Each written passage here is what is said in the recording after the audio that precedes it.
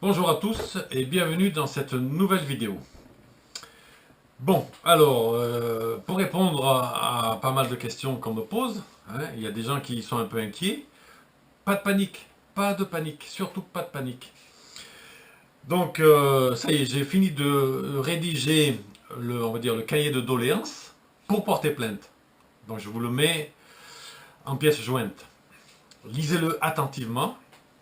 Et s'il y en a qui veulent, par exemple, le modifier, je peux le transmettre en format Word, traitement de texte. Bon, ça passe mal en format Word parce que j'ai fait un essai et tout ce que j'ai inséré dans le texte, des fois c'est un peu décalé. Bon,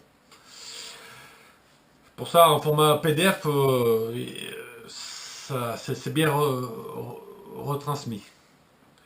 Bon, donc, Monsieur Grasso est venu me voir, là on a longuement discuté. Vous savez il va récupérer son titre de propriété. Et donc, je lui ai donné à Monsieur Grasso ce document. Voilà. Ce document, voilà. Ça, c'est un des titres de propriété des 38, nos voisins là-bas. Je l'ai inséré dans le document en pièces jointes. Donc, j'ai dit à Monsieur Grasso qu'il fallait qu'il s'assure que le mode de gestion libre de sa maison soit bien inséré dans son titre de propriété. Pourquoi? Parce que lui, il a gagné son procès contre l'habitat de Finois. Voilà. Donc, Foncia ne peut absolument pas lui demander de payer les charges qu'il nous demande. Pour vous donner un ordre d'idée, Foncia nous envoie des appels de charges qui se montent à environ 45 euros par mois. Et sur l'ensemble des 142, ça leur fait quand même 76 000 euros 680. Comme ça. Belle prime de Noël pour Foncia. Ils encaissent ça, mais pour aucun service, quoi, pour rien. Et ça fait plus de 50 ans que ça dure, cette histoire. Donc on en a un peu ras-le-bol. Alors bon, s'il y en a parmi vous qui trouvent ça normal de payer, ben allez-y, payez. Moi, ça me dérange pas. Là, j'ai tout mis dans ce cahier de doléances, tout ce qu'il faut pour déposer plainte. Et là, ils sont coincés, quoi. Je vous garantis qu'ils sont coincés. Voilà. La peur va changer de camp. Eux, ils ont du souci à se faire, je peux vous dire. Parce que moi, je lâche rien. Donc, quand j'avais parlé il y a quelque temps d'une scission à 0 euros, il y en a qui avaient l'air de dire que je racontais n'importe quoi. Sauf que toutes les preuves sont dans le document en pièce jointe. Et même eux, ils en tiennent compte. Voilà. Vous voyez, ils en parlent. Ils disent le processus de scission est initié depuis longtemps, puisqu'un syndicat secondaire est créé dès l'Assemblée générale de 1986. Ils le reconnaissent quelque part, là, dans leur compte rendu. Ok? Bon.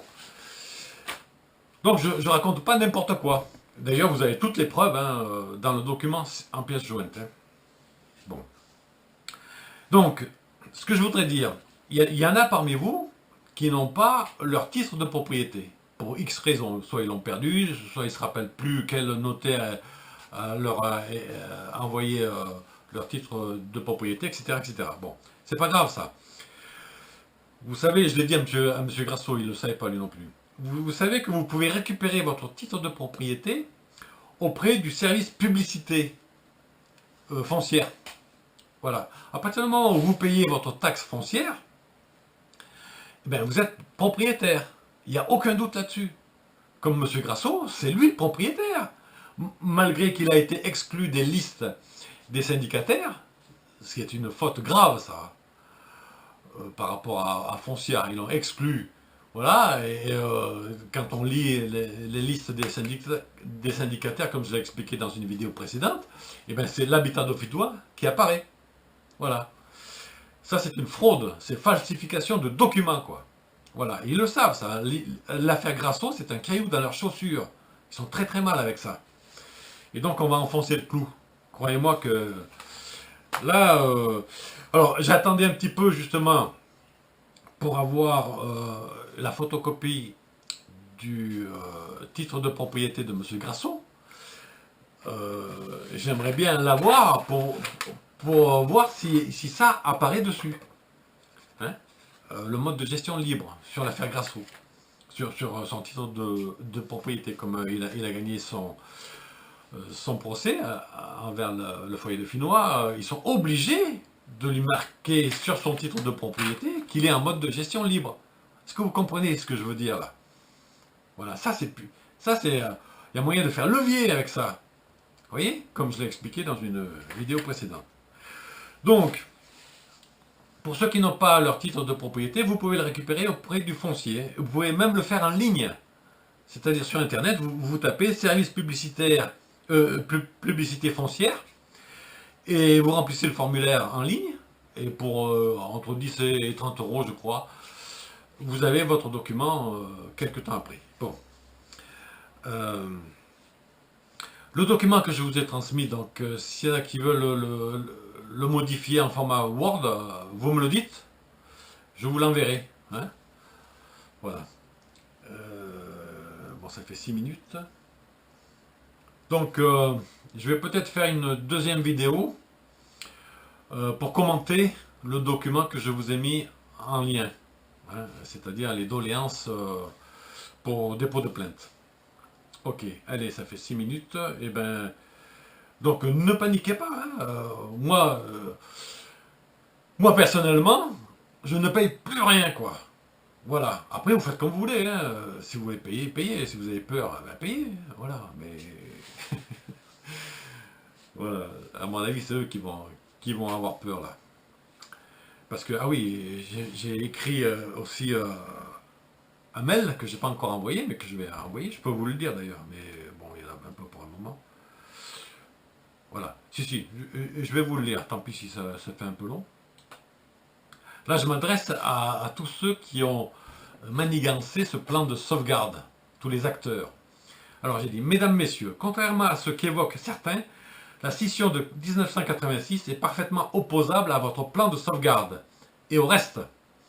Au reste, ça veut dire les charges que nous demande Foncia. Hein, tel qu'il a été savamment conçu par des acteurs dont on pourrait penser liés d'une très forte accointance. En effet, pour élaborer un tel stratagème, cela nécessite une concertation élaborée ainsi qu'une mise en place d'une incroyable propagande pour essayer de nous faire avaler à nous, les 142, ce fameux plan de sauvegarde, comme une bouée de sauvetage, alors que ce n'est qu'une tentative d'extorsion de fonds pour aider le financement du démarrage des travaux énergétiques des Mozart. Les administrateurs judiciaires, ainsi que Solia, ce dernier pour notre scission, ont gonflé les factures, compliquant ainsi les choses pour essayer de concrétiser et financer le démarrage du projet Mozart. En nous attribuant pour nous les uns tous les frais judiciaires générés uniquement par les Mozart et pour Solia, tentative de mise en place de travaux scission complètement ubuesques dans le seul but d'imposer sa prestation et de gonfler les factures. Nous nous posons donc la question, est-ce que tout ceci ne s'apparente-t-il pas à une énorme escroquerie en bande organisée? On est en droit de se poser la question. Bon. Ceci doit cesser au plus vite. Si vous ne voulez pas être mêlé de près ou de loin à un véritable scandale, je vous invite à prendre connaissance dans le détail du document ci-joint, donc celui que je vous transmets hein, à tout le monde, et d'y réfléchir sérieusement. En clair, nous tous les acteurs, hein, invitons à revoir votre copie de façon à nous sortir définitivement de votre plan de sauvegarde qui nous a été présenté d'une façon frauduleuse. Car il n'est d'utilité que pour la copropriété secondaire, les Mozart. En fait, vous voulez absolument nous forcer à faire du social envers les Mozart, ceci est tout simplement inacceptable. Trop facile d'être généreux envers les Mozart avec le portefeuille des autres.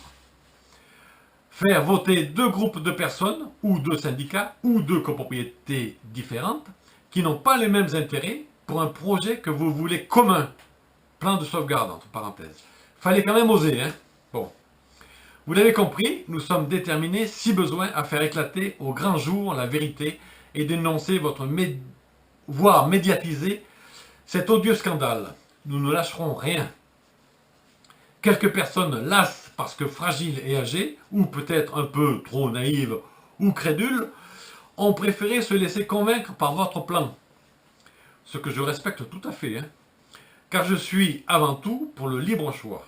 Cependant, nous constatons votre talent à profiter de ces faiblesses-là pour parvenir à vos fins.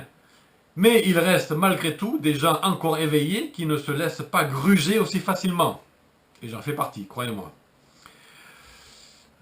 Lors des votes frauduleux, dans le sens où ces votes auraient dû être séparés entre les 142 et les Mozart, de ce fameux plan de sauvegarde et de tout ce qui a suivi, vous parliez de confiance. Comment voulez-vous instaurer la confiance en manigançant de tels stratagèmes sans nous concerter, du reste dans notre dos? C'est terminé, la confiance n'y est plus, et je dirais même plus que la défiance monte davantage de jour en jour. Vous pensez maîtriser les techniques de l'ingénierie sociale, entre parenthèses, manipulation des foules, hein, pour ceux qui ne savent pas ce que c'est que l'ingénierie sociale, mais il n'y a pas que des moujons ou des personnes fragiles dans le groupe, à bon entendeur. Pour en savoir plus, je vous invite, si ce n'est déjà fait, à consulter nos vidéos d'information sur ce lien. Bon, le lien que je vais mettre dans le courrier là. Bon. Et si besoin, je veux bien me rendre disponible pour débattre autour d'une table ronde avec les acteurs concernés par cette affaire rocambolesque. Voilà. Voilà ce que je vais leur envoyer à la mairie là. À la mairie et puis à tous les autres, hein, tous ces acteurs là. Qui ont manigancé tout ça. Bon, alors, donc, ne vous inquiétez pas. Je m'occupe du reste et je vous tiens au courant de la suite. Hein. Voilà, je vais peut-être faire une deuxième vidéo pour expliquer la pièce jointe que je vous ai transmise. Allez, je vous quitte et je vous dis à la prochaine. Ciao.